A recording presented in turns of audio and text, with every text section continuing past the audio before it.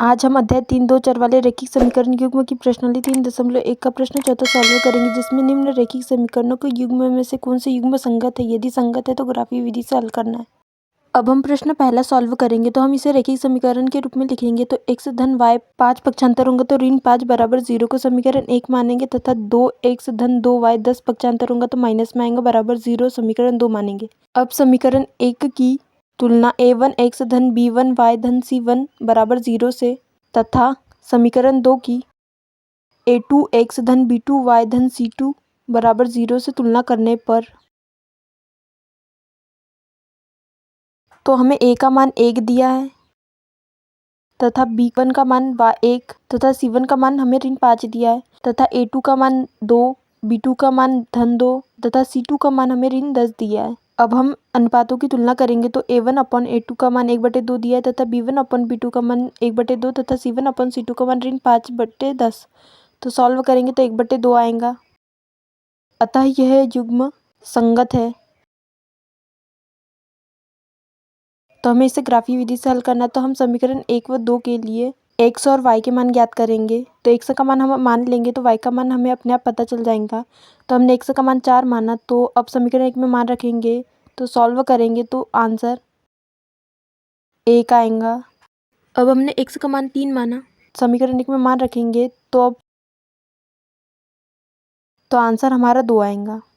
अब हम समीकरण 2 के लिए x का मान 1 मानेंगे, तो अब मान रखेंगे और इसको सॉल्व करेंगे तो 2 एकम 2 और 10 में से घटाएंगे तो -8 प्लस 2y बराबर 0 आएगा। तो y का मान हमारा -4 आएगा।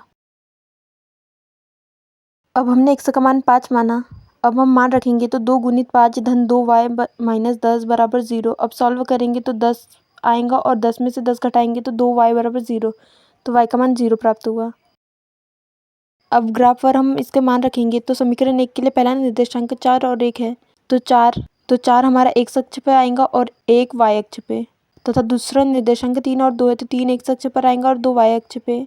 अब समीकरण 2 के लिए हमें पहला निर्देशांक 1 और 4 दिया है, तो 1 x अक्ष पर आएगा और 4 y अक्ष, और दूसरा निर्देशांक 5 और 0 है, तो ये y अक्ष पे आएगा। अब हम बिंदुओं को मिला लेंगे, तो बिंदुओं को मिलाएंगे तो जो कटान बिंदु प्राप्त होता है हमें वही हमारा आंसर होता है। चूंकि ये संपाती है इसीलिए इसके अनेक हल होंगे। अब हम प्रश्न दूसरा सॉल्व करेंगे तो इसे रैखिक समीकरण के रूप में लिखेंगे। तो x माइनस y ऋण 8 बराबर 0 को समीकरण 1 मानेंगे, तथा 3x माइनस 3y 16 पक्षांतर होंगे तो ऋण 16 बराबर 0 को समीकरण 2 मानेंगे। अब समीकरण 1 की a1x धन b1y धन c1 बराबर 0 से, तथा समीकरण 2 की तुलना a2x धन b2y धन c2 बराबर 0 से तुलना करने पर तो a1 का मान हमें 1 दिया तथा b1 का मान ऋण 1 तथा c1 का मान ऋण 8 और a2 का मान 3 तथा b2 का मान -3 तथा c2 का मान ऋण 16। अब हम अनुपातों की तुलना करेंगे तो a1 अपन a2 का मान 1/3 दिया तथा b1 अपन b2 का मान ऋण 1/3 दिया है, तो सॉल्व करेंगे तो 1/3 आएगा, तथा c1 अपन c2 का मान ऋण 18/16 दिया, इसको सॉल्व करेंगे तो ऋण 1/2 आएगा। अतः a1 अपन a2 बराबर है b1 अपन b2 के, तथा बराबर नहीं है c1 अपन c2 के, अतः ये युग्म असंगत है।